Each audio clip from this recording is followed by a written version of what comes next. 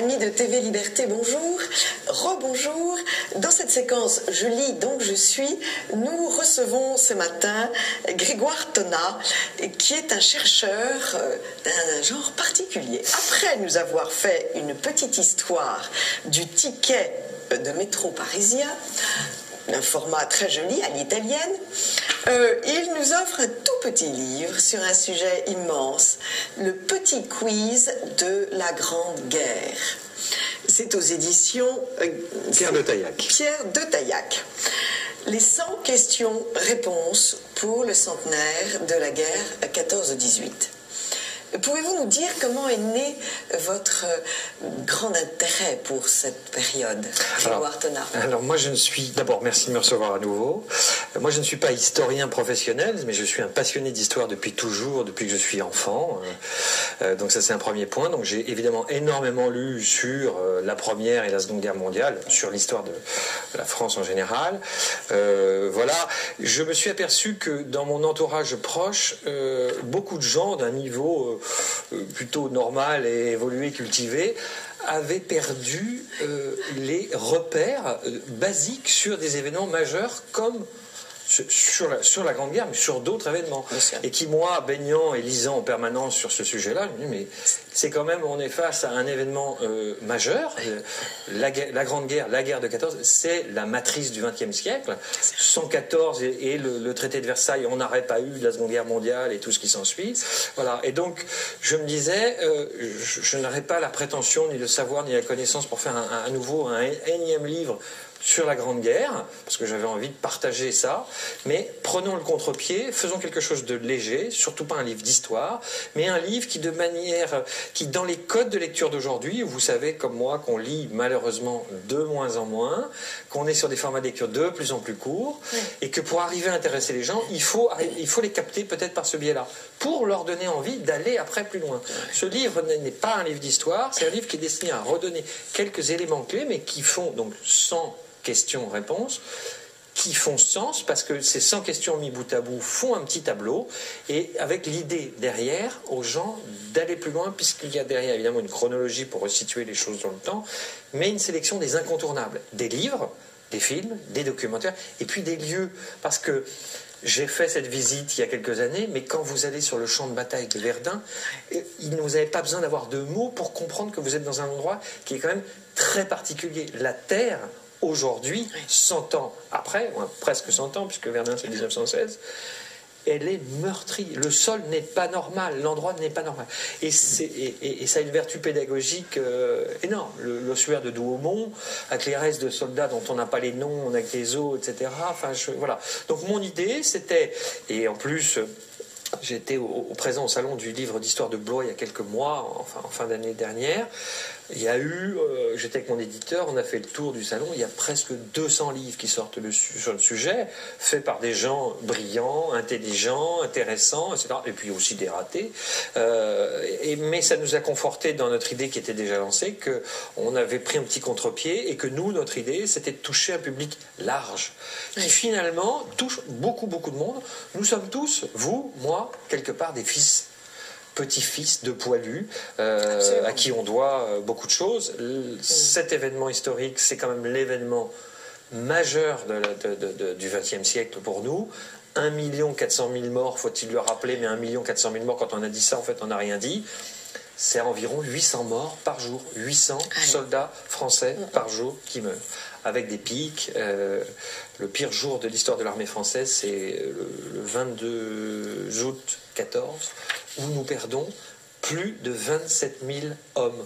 Pour mémoire, les pertes anglo-américaines, enfin les alliés du débarquement de 6 juin, au global, c'est environ un peu moins de 5 000 morts. L'armée française, en une journée, perd 27 000 hommes. Donc redonner 2-3 chiffres comme ça avec des échelles de valeur, ça permet de resituer, de recomprendre un certain nombre de choses. Une saignée épouvantable. Et ces chiffres, en effet, sont extrêmement importants. 1 400 000 morts, 30 000 monuments aux morts. Il y a 35 000 ou 36 000 communes. Et ça, c'est tout à fait étonnant, qu'a très bien représenté, qu'a fait revivre merveilleusement le film La vie et rien d'autre. 700 km de front 700 km de front franco-allemand est le front le plus important de la Première Guerre mondiale. Hein. De la mer du Nord jusqu'au mont des Vosges. Jusqu'au mont des Vosges, oui. 10 départements occupés. Oui, alors, et ça, beaucoup de gens l'ont oublié. Alors, mais par exemple, vous prenez la ville de Lille, je suis né à Lille, la ville a été occupée pendant 4 ans. Oui. Donc, les Lillois ont été occupés pendant 4 ans, une première fois, et à nouveau pendant 4 ans, avec un régime particulier qui n'était même pas le régime de la France occupée. Donc, redire des choses comme ça. Alors, le livre n'est pas qu'un... Enfin, ce petit ouvrage n'est pas que des chiffres, mais il y a aussi des anecdotes. Oui, et des anecdotes. On va y venir, bien sûr. Mais le dernier chiffre que j'avais envie de donner, parce que je le trouve très parlant, les poilus avaient un bidon de 2 litres. Oui. Alors que d'autres armées n'avaient qu'un bidon d'1 litre. Voilà. Or, pour survivre dans les tranchées, un bidon de 2 litres était très utile. Oui, ce sont des petits détails qui améliorent grandement le quotidien. Et en été, dans une tranchée, vous êtes loin de... Il n'y a pas de puits, il n'y a pas de point d'eau. Et ben, c'est ça, plus d'autres choses qui fait que... Alors, les Allemands, de leur côté, avaient des tranchées mieux aménagées que celles des Français, etc. Mais voilà, ce sont des détails qui font... qui sont très importants pour le quotidien. Et enfin, 700 000 orphelins, ce qui est considérable. Oui, 600 000 veuves de guerre et 700 000 orphelins au sortir de la guerre. Il y en a sans doute eu un peu plus après, puisque il y a aussi pas mal de blessés qui sont morts des suites de leurs blessures dans les années qui ont suivi. Une autre proportion qui est ignorée aujourd'hui, c'est que 50% des mobilisés étaient des paysans. Oui, la grande partie. La grande partie 4 millions. Ouais, voilà. C'est aussi ce qui explique sans doute que le poilu dans la tranchée, il a tenu bon. Parce qu'il était dehors et parce qu'on a affaire à des paysans qui passent leur vie dehors. Voilà. Ah oui, c'est une. Voilà. Les gens. Qu'un paysan résiste beaucoup. Les gens qui venaient de la ville, et on a des exemples de gens connus, ne tenaient pas. Non, c'était trop dur. Vous avez une affiche d'un film de Cocteau. Jean Cocteau a fait la Première Guerre mondiale. Cocteau est un intellectuel, un créateur, etc. Il a été sur le front, mais il a été très vite retiré du front parce qu'en fait, il ne tenait pas. Voilà. Et puis, cette prodigieuse... ce prodigieux événement, les femmes que l'on met au travail, 400 000 femmes que l'on installe dans les usines de réarmement. Les munitionnettes, effectivement. Munitionnettes, oui. Alors, le travail des femmes, il remonte à un peu avant la guerre. Oui. Effectivement, les femmes avaient déjà travaillé, avaient des différents travaux, et effectivement, la guerre a accéléré ce processus. Donc, il y a les munitionnettes, et puis il y a aussi ce qu'on appelle les anges blancs. Les anges blancs, qui est un surnom donné par les poilus aux infirmières. Et donc, il y a eu beaucoup de femmes qui se sont portées volontaires pour s'occuper, soigner, être soignantes, infirmières, de tous les soldats qui revenaient du front et qui étaient soignés dans les hôpitaux, installés souvent dans des écoles. À Paris, beaucoup d'écoles ont été aménagées en hôpitaux.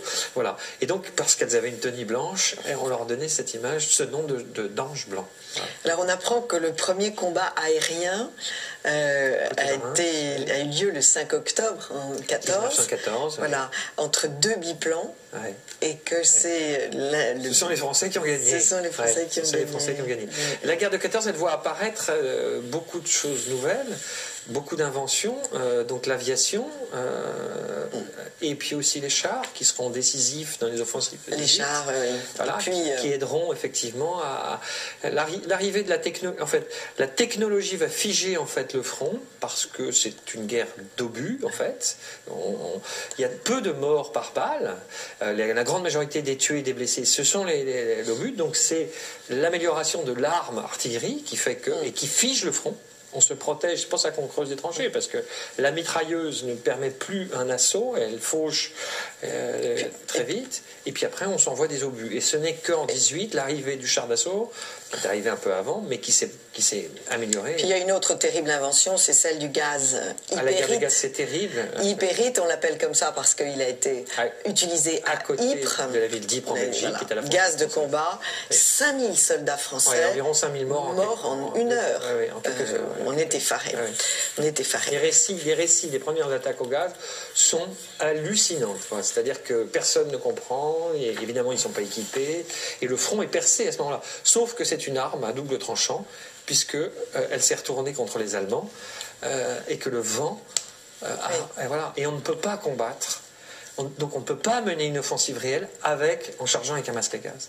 Donc à nouveau elle fige le front, même si... voilà. Alors bien sûr, vous citez Maurice Genevoix, ce que nous avons fait, c'est plus qu'on ne pouvait demander à des hommes, et nous l'avons fait. Vous êtes sensible à cet héroïsme. Bien sûr. J'ai envie de lire, il y a un autre livre qui vient de sortir, qui s'appelle La dernière lettre, 1914-1918, chez Michel de Maulle, qui réunit un certain nombre de dernières lettres envoyées par ces soldats à leurs parents. C'est une lecture assez tragique, vous l'imaginez. Une mère ne peut la lire sans pleurer. Et je vais vous donner cette lettre écrite par le sergent André Léger, tombé au champ d'honneur en 1915 devant Neuville-Saint-Va. Cher papa, nous étions hier soir dans notre guitoune en train de faire une petite manille avec 3 copains, lorsque mon caporal surgit à la porte. « André, un colis !» Tout le monde pose à bas les cartes et tire son couteau de sa poche. Juge donc de notre bonheur. Chaussons, mouchoirs, odeurs, saucissons, sardines, pâtés, gâteaux, rhum, papiers à lettres, enveloppes. Juge donc de notre joie. Mais ce qui m'a fait le plus grand plaisir, cher père, c'est de m'avoir envoyé ta photographie et celle de la pauvre maman. Aussitôt que je les ai vues, c'est immédiatement toute la maisonnée présente devant moi. Et une intense émotion m'a surpris. C'est toute l'affection familiale dont je suis privée depuis 3 mois qui, brusquement, s'est fait ressentir en moi. Cela m'a émue et n'a pas affaibli mon courage. Au contraire, père, lorsque je monterai à l'assaut, je regarderai encore ta photographie et elle me donnera tout ce que tu me dis par la pensée. Courage, honneur, vas-y en brave. Cher père, je te dis cela tout naturellement, sauf orfanterie. Tu sais que nous subissons de grandes épreuves. Eh bien, tout ceci, vois-tu, pas une fois je n'ai regretté de le subir, et au contraire, je suis gai de souffrir, si quelquefois cela arrive, en pensant à la noble cause que nous servons. C'est dans ces sentiments que je puise mon inaltérable gaieté, que tu nommes courage.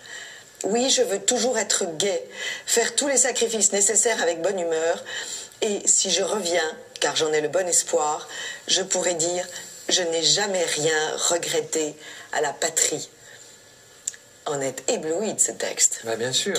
Quelle force d'âme, ce jeune homme. Et ces hommes ont tenu pendant 4 ans dans des conditions absolument abominables. Et enfin, la phrase de Genevoix que vous avez citée tout à l'heure, que j'ai mis effectivement en exergue dans le livre, c'est ça. C'est-à-dire que c'est plus qu'on peut demander à des hommes. Et ils ont tenu parce qu'il fallait tenir. Voilà. Donc, ce sont des comportements exemplaires, bien évidemment. Voilà. Pour l'anecdote, vous parlez effectivement, vous lisez cette lettre. On estime à environ 10 milliards de lettres qui ont été envoyées entre les soldats du front et l'arrière. Oui. Alors, il n'y avait pas Internet. Ni les textos. Mais voilà, il y avait une franchise postale, donc le poilu ne payait pas son courrier, voilà, ce qui facilitait. Mais vous imaginez l'intensité. Vous venez de lire une lettre, mais des lettres comme ça, il y en a partout. Ce livre, chers téléspectateurs, est un livre magnifique. Et je pense que les deux sont extrêmement importants. Le petit quiz pour mettre dans sa poche et le donner à tous les jeunes. Absolument. Et la dernière lettre, Michel de Maulle, donc le petit quiz, Pierre de Taillac, et la dernière lettre, Michel de Maulle. Merci beaucoup, Grégoire Tonnat. Vous êtes déjà sur un nouveau travail? Oui. Et vous n'en parlez pas. Exactement. Merci beaucoup. Merci à vous. À très bientôt sur le plateau de